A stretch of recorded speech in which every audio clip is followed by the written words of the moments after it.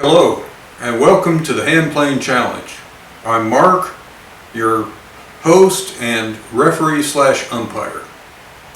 Just as a reminder, the idea behind this video series is in each episode we will compare two planes against each other. Maybe sometimes more, but mostly two planes against each other. The idea is that it's easier to make a relative comparison of two planes rather than to evaluate a single plane by itself. Why am I the umpire? Some of the planes that we will look at have flaws, sometimes serious flaws, otherwise known as strikes. And so as the umpire, I'm here to call those strikes so that if you ever consider buying one of these planes for your own use, you will be forewarned and forearmed. Today's competition is between a Sargent No. 9 Shaw's patent plane and a Stanley No. 604 Bedrock plane. Sargent is a very old company. It can trace its business activities about back to 1810. For several decades, they were predominantly a hardware manufacturer. However, in 1875, they began selling planes for Stanley as Stanley's sales agent. In the mid-1880s, they began to manufacture their own planes, somewhere in the interval 1884 to 1888. So, by way of comparison, if we date the beginning of the Stanley era to 1869, which is when Stanley purchased the rights to the Leonard Bailey patents, then Stanley had about a 15 to 20 year head start on Sargent. However, it seems pretty clear that Sargent caught up fast and made planes that people wanted to buy, because they didn't stop making planes until 1964. They must have been doing something right in addition to that long time of manufacturing planes, because it is also noteworthy that they were one of the few plane manufacturers that did not get swallowed up by Stanley. Unfortunately, they did, however, not only stop making planes in 1964, they got swallowed up by a different major manufacturing conglomerate and pretty much ceased to exist somewhere around that time.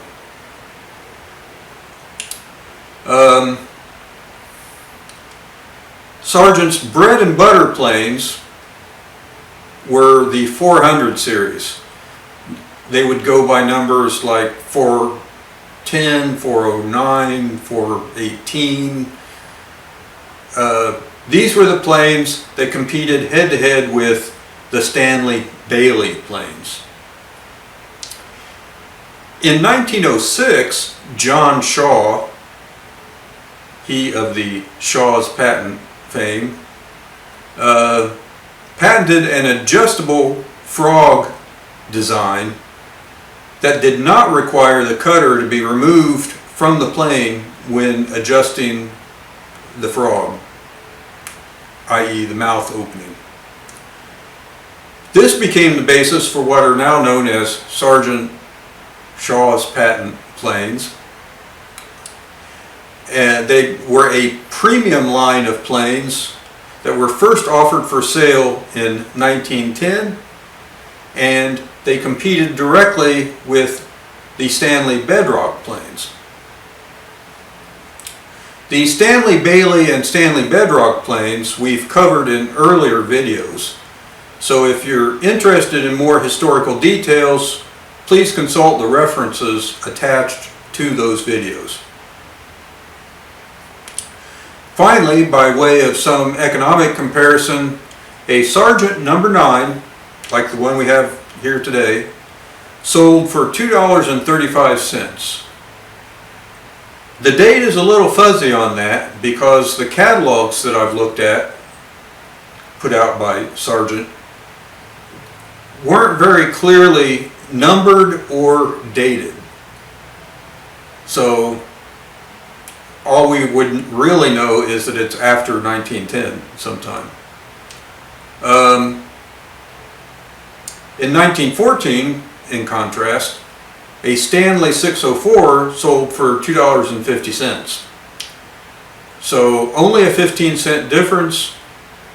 Sargent was, on a cost basis, highly competitive with their major competitor, Stanley.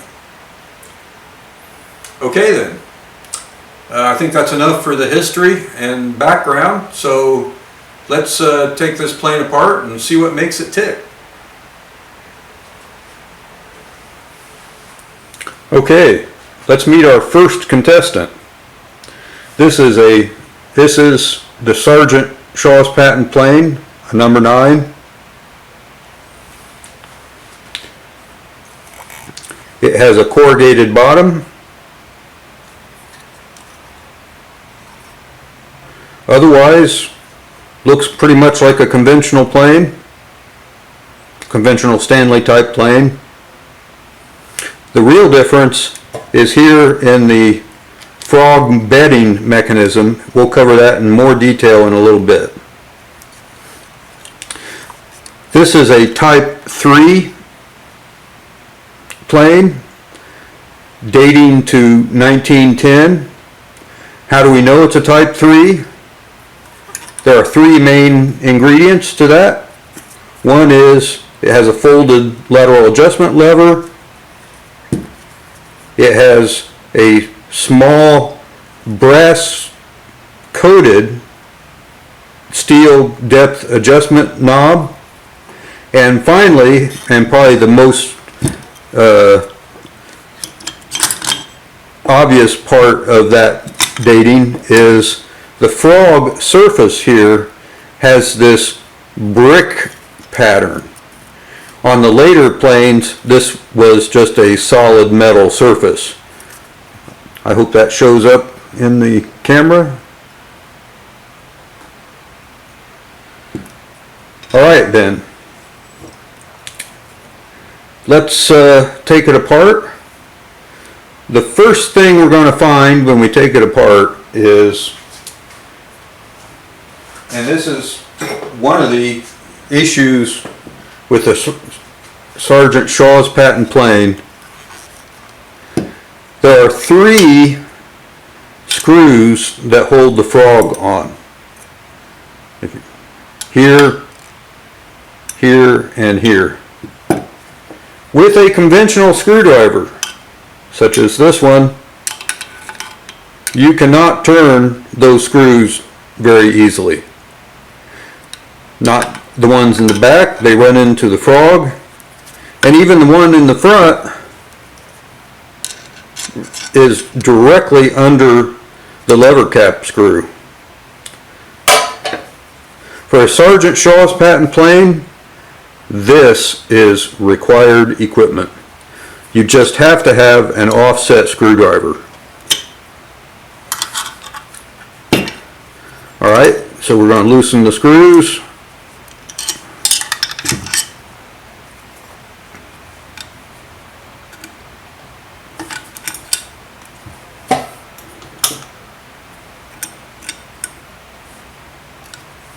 There we go.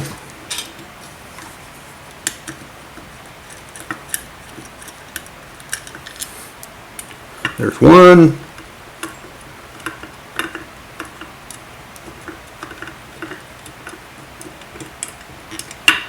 There's 2.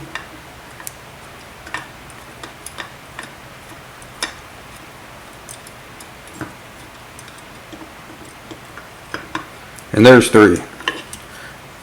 Now the frog comes off. Now you can see the unique frog bedding mechanism on these. There's a flat machined surface here and here, a smaller machined surface under the 3rd frog screw, and a machined surface at the front here to mate with the front of the frog right at the end of the cutter. They correspond to these machined surfaces here. Here's the frog adjustment screw. It has a gap here that is supposed to mate with this part of the casting right here. So you can see, if it shows up on the camera, probably doesn't, but that slips in there like that. And you can then adjust the frog. Now this will actually work okay with a conventional screwdriver.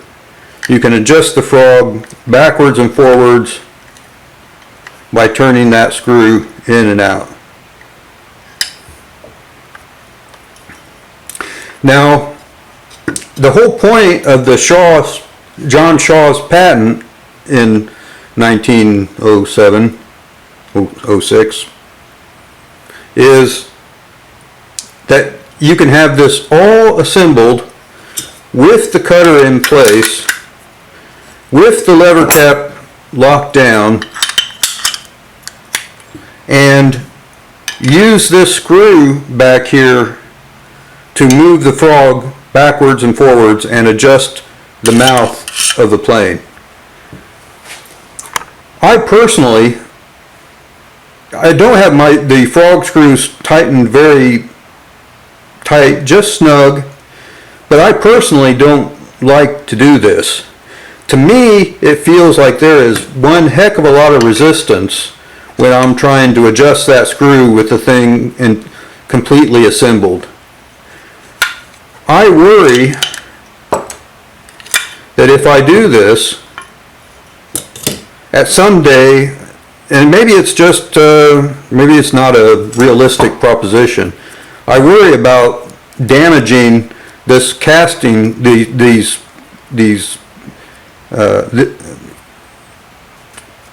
prongs here in the casting that the frog adjustment screw fits into. Maybe that's just me.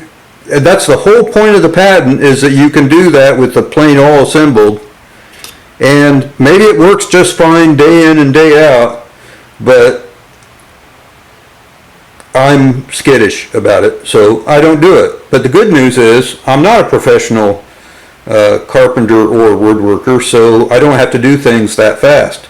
I'm happy to just take the plane apart and adjust it the normal way.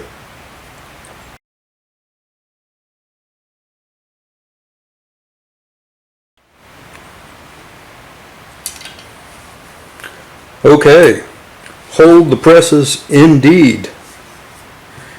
After my original video with the plane disassembled, I had somewhat of an idea. What I did was take paraffin, had this piece of paraffin for decades, but it still works fine. Take paraffin and smear it on all the machined parts. That seems to have made a world of difference. So right now I've got the mouth, as you can see, maybe not see, but hopefully somewhat see, pretty closed up. And when I turn the frog adjustment screw, it turns pretty freely. You can see the mouth opening up there. And it doesn't feel now like it's tearing itself apart. Now it doesn't have a huge range, that's about as wide as it gets. Now we'll go back the other way. See, nice and almost like it was meant to do that. So that makes a world of difference, and now it puts the Shaw's patent innovation in a new light. That was easy to do. Frog screws all tightened up, just one single screw and one single screwdriver, and you can change the mouth at will. Now let's look at the Bedrock. What do we do with the Bedrock? Well, we loosen the frog screws. There's one. There's the other. We're watching the mouth now. Now, since this one is certainly not as big a deal, you can see now it turns easily because you have to loosen the frog to get it to work. So no big deal.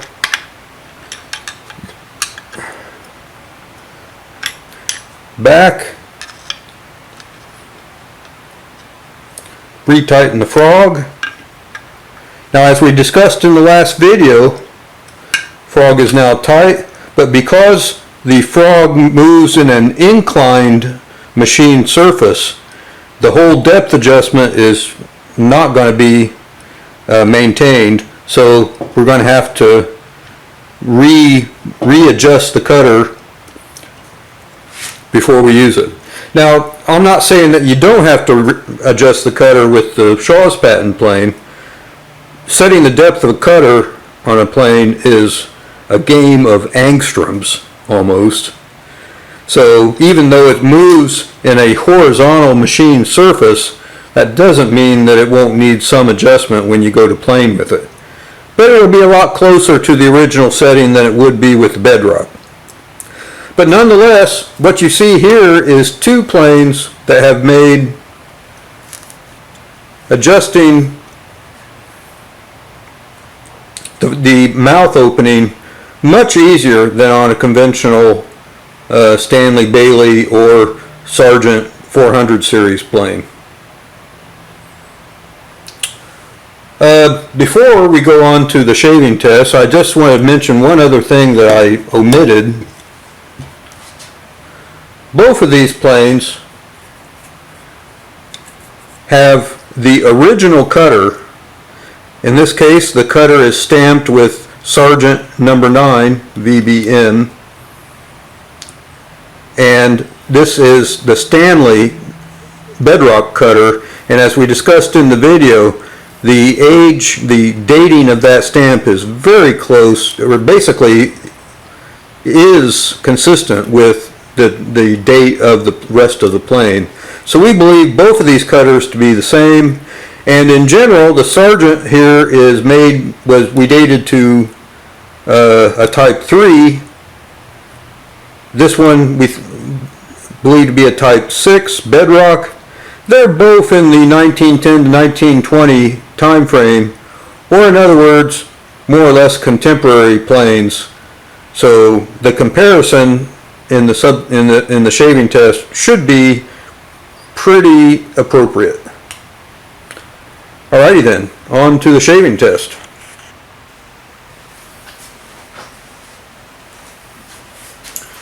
Okay, let's take some shavings. Now, one thing I want to say, just by way of introduction here, is that this is certainly not a comprehensive test of how well these planes will work in all woods. This is just a shaving on a single piece of 8/4 soft maple. It's a sort of standard hardwood. Any plane ought to be able to take a good shaving in this, and we look for producing, good wide shavings the whole width of the board. But to really judge how well a plane works, it takes a long time and operation in many different kinds of wood with many different kinds of grain. So this test is limited. We're just looking for defects, really, like chattering or a complete inability to get a wide shaving or anything of that nature. So with that aside, first up is our main contestant, the Sargent Shaw's patent plane.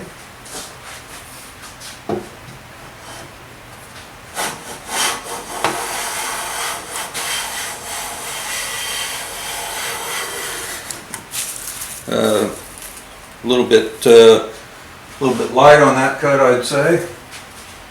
Let's put it deeper by going the opposite way on the depth adjustment knob.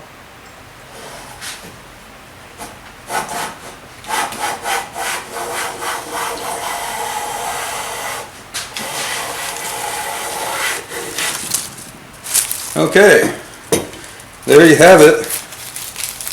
That is a nice, wide, even shaving. It's a tiny bit on the thick side. I could back it off one more time and see if it did any better. Maybe I just went just a hair too far, but any plane would be proud to make a shaving like that. We'll just do one more, just for a quickie.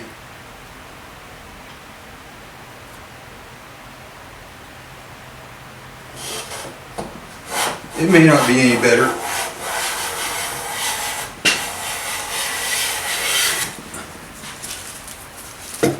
It's pretty thin. Can't quite read through it, but I'm going to quit there. I mean, these are excellent shavings. We could tune up a little bit more if we needed to. For comparison, we're going to look at the Bedrock now.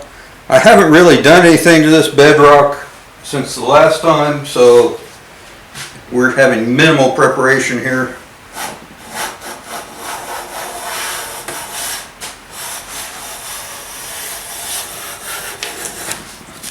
Skipped a little bit in the middle. Maybe we're a little light on that depth adjustment.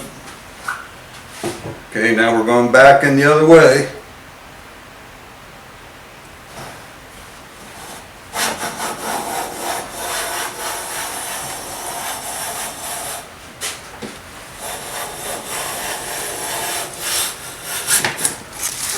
Okay.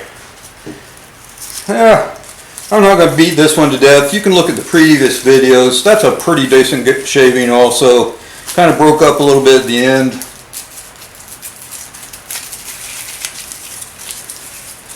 Very nice though. Let's just get it untangled. That may not be very easy. But there you have it. Pretty wide. Whole length of the board. Just like in the previous videos. Nothing different. So both of these planes are taking real nice shavings, as you would expect for two premium planes. Okay, we're ready for the conclusion, I think. Okay, what have we learned? Well, one thing we've learned is to not publish a video too quickly. I had a previous version of this conclusion already taped in which I dissed the Shaw's patent innovation. But frankly, now that I've sort of learned how to make it work, I'm kind of excited to see how well it will work in actual planing of difficult wood. When you come up, you're planing along and you run up against difficult grain, you just yank out the screwdriver and tighten up that mouth and see if that makes a difference. So I'm excited to see what happens. It could become a game changer for me.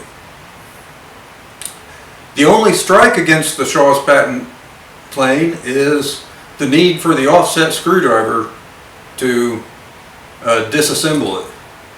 However, now that I know that you don't really need the offset screwdriver to change the mouth opening, that becomes a very minor consideration, in my opinion. So it's not, you know, I'm pretty happy with this plane. It's a solid, high quality plane that works very well to take a shaving.